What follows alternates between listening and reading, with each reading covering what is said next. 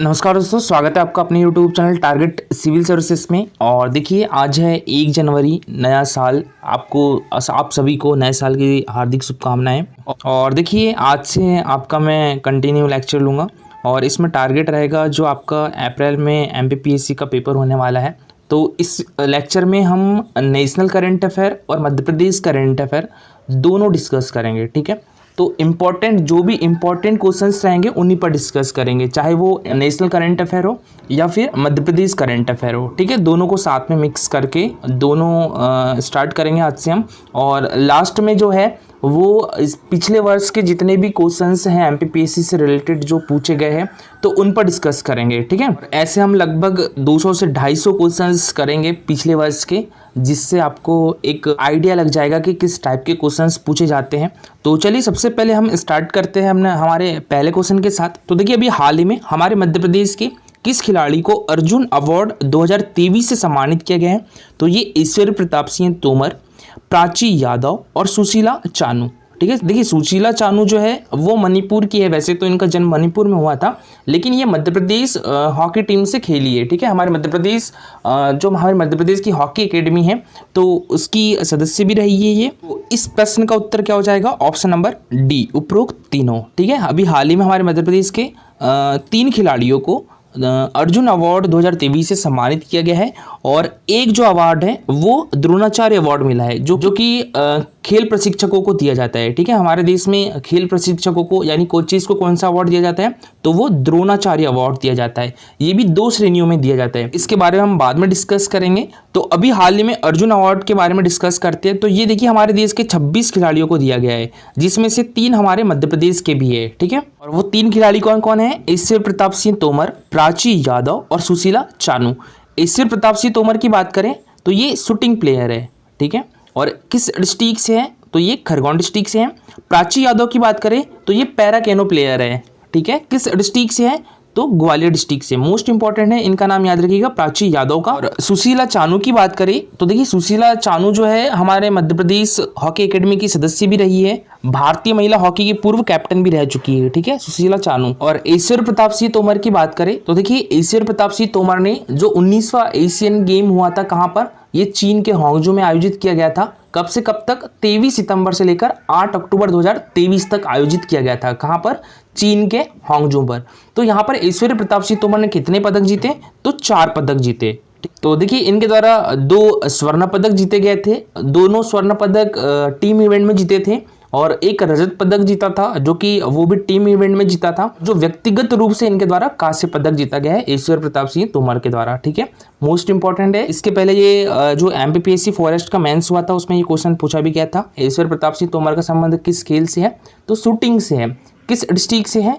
तो इनका संबंध खरगोन डिस्ट्रिक्ट से है, ठीक है। तो देखिए अर्जुन अवार्ड की बात करें हम तो अर्जुन अवार्ड जो है इसकी स्टार्ट कब से हुआ था? 1961 से हुआ था, 1961 से हुआ था। और इसमें पुरस्कार राशि 15 लाख रुपए दी जाती है। और ये जो पुरस्कार है ये ministry of youth affairs and sports के द्वारा दिया जाता है। और अर्जुन अवार्ड 2023 किसे किसे मिला है? कुछ प्रमुख खिलाड़ी देख लेते हैं। तो एक तो आप मोहम्मद शमी का नाम याद रखिएगा, मोस्ट इंपॉर्टेंट है, क्रिकेट से है ये, ठीक है।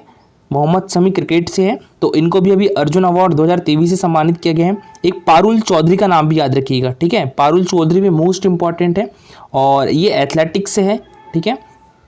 और एक ईश्वर प्रताप सिंह तोमर, ये निशानेबाजी यानी शूटिंग से है, ठीक है। सुशीला चानू जो कि हॉकी से है और एक प्राची यादव, ठीक है, ये पैरा कैनोइंग प्लेयर है। और एक शीतल देवी, ये भी मोस्ट इंपॉर्टेंट है, याद रखिएगा, शीतल देवी का नाम भी याद रखिएगा।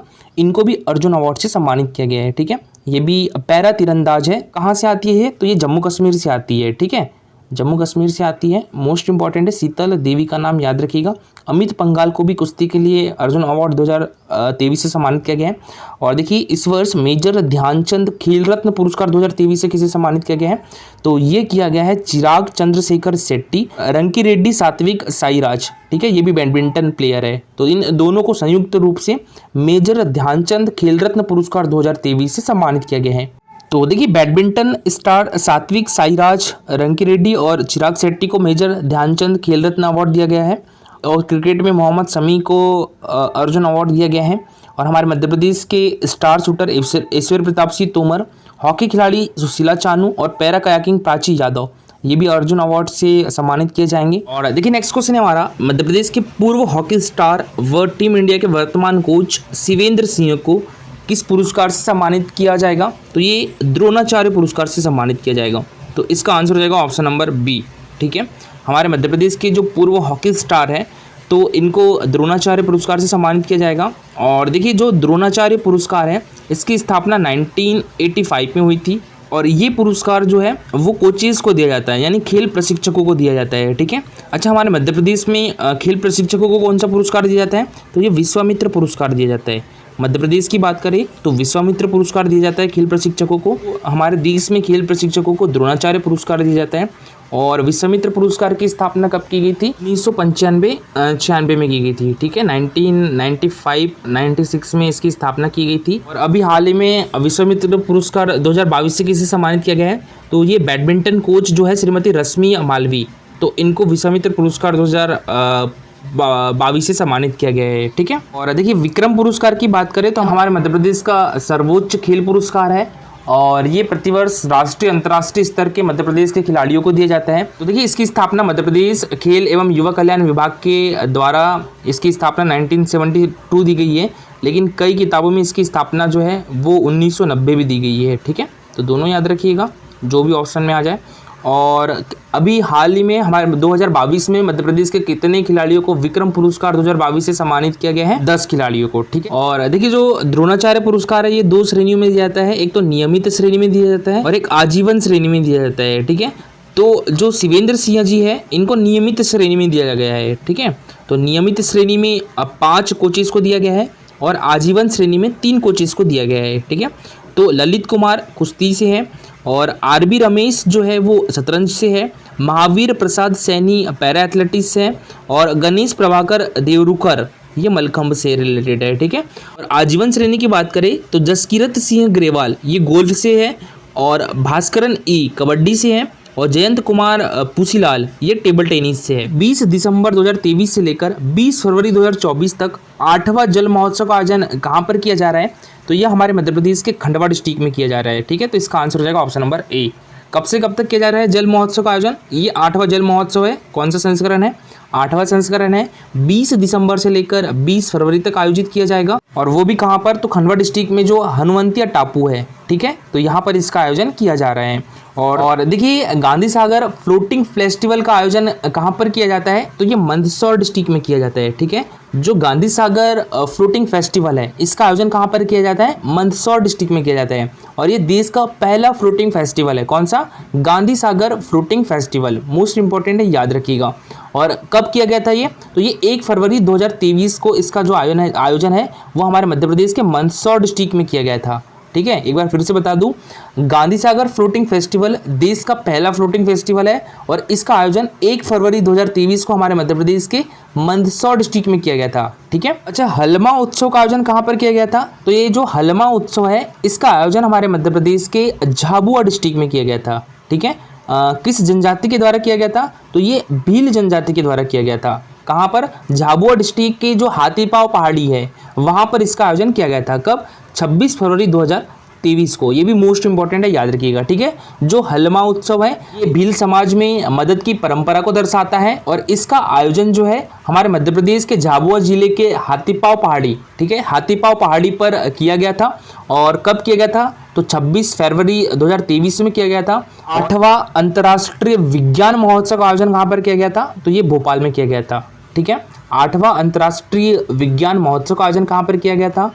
तो ये हमारे मध्य प्रदेश के भोपाल डिस्ट्रिक्ट में किया गया था। मांडू उत्सव का आयोजन कहाँ पर किया जाता है? तो ये धार डिस्ट्रिक्ट में किया जाता है। ठीक है, मांडू महोत्सव का आयोजन कहाँ पर किया जाता है? तो ये धार डिस्ट्रिक्ट में किया जाता है। और ईट राइट मिलेट्स मेले का आयोजन कहाँ पर किया गया था? तो ये ग्वालियर डिस्ट्रिक्ट में किया गया था। ठीक है, ईट राइट मिलेट्स मेले का आयोजन कहाँ पर किया गया था? तो ये ग्वालियर डिस्ट्रिक्ट में किया गया था। और एक और उत्सव याद रखिएगा, उन्मेष एवं उत्कर्ष सम्मेलन। ठीक है, उन्मेष एवं उत्कर्ष सम्मेलन का आयोजन कहाँ पर किया गया था? तो ये भोपाल में किया गया था। कब? ये 3 अगस्त 2023 में किया गया था। ठीक है, तो उन्मेष एवं उत्कर्ष सम्मेलन का आयोजन कहाँ पर किया गया था? भोपाल डिस्ट्रिक्ट में किया गया था। उन्मेष एवं उत्कर्ष दोनों अलग अलग है। ठीक है, उन्मेष साहित्य के लिए किया गया था और जो उत्कर्ष है वो कला के लिए आयोजित किया गया था। ठीक है, तो उन्मेष एवं उत्कर्ष सम्मेलन का आयोजन 3 अगस्त 2023 को कहाँ पर किया गया था? ये हमारे मध्य प्रदेश की राजधानी भोपाल में किया गया था। और यहाँ पर किसके द्वारा पार्टिसिपेट किया गया था? तो हमारे देश की राष्ट्रपति द्रौपदी मुर्मू ने इसका शुभारंभ किया था। और उन्मेष एवं उत्कर्ष जो सम्मेलन है ये संगीत नाटक एकेडमी न्यू दिल्ली और मध्य प्रदेश संस्कृति विभाग के सहयोग से इसका आयोजन किया गया था। और देखिए अभी हाल ही में मध्य प्रदेश की किस रामसर साइट पर इंटरप्रिटेशन सेंटर स्थापित किया जा रहा है? तो ये किया जा रहा है सिरपुर तालाब पर। तो इसका आंसर हो जाएगा ऑप्शन नंबर ए। ठीक है, सिरपुर तालाब पर अभी हाल ही में इंटरप्रिटेशन सेंटर स्थापित किया जा रहा है। हमारे देश में रामसर साइट की बात करें तो हमारे देश में कितनी रामसर साइट है? 75 रामसर साइट है। इसमें हमारे मध्य प्रदेश में 4 रामसर साइट है। ठीक है, हमारे मध्य प्रदेश में कितनी रामसर साइट है? 4 रामसर साइट है। तो एक जो है वो तो भोज वेटलैंड हो गई। ठीक है, इसको रामसर साइट का दर्जा कब प्राप्त हुआ था? तो सन 2002 में इसको रामसर साइट का दर्जा प्राप्त हुआ था। ठीक है, भोज वेटलैंड को इसे वर्ष 2002 में रामसर साइट में शामिल किया गया था और जो कि हमारे मध्य प्रदेश की पहली रामसर साइट भी थी। और इस झील का जो निर्माण है वो किसके द्वारा करवाया गया था? तो भोज द्वारा करवाया गया था। ठीक है, कहाँ पर? भोपाल में, हमारे मध्य प्रदेश की राजधानी भोपाल में। के बाद साक्य सागर झील। साक्य सागर झील जो है हमारे मध्य प्रदेश के शिवपुरी डिस्ट्रिक्ट में है। ठीक है, इसे सन 2022 में, कब? सन 2022 में रामसर साइट का दर्जा प्राप्त हुआ था। ठीक है, रामसर साइट घोषित किया गया था और ये मध्य प्रदेश में भोजताल के बाद दूसरी रामसर साइट है। ठीक है, पहली तो भोजताल हो गई, दूसरी साक्य सागर झील है। ठीक है, और इस झील का निर्माण जो है वो माधवराव सिंधिया जी के द्वारा करवाया गया था।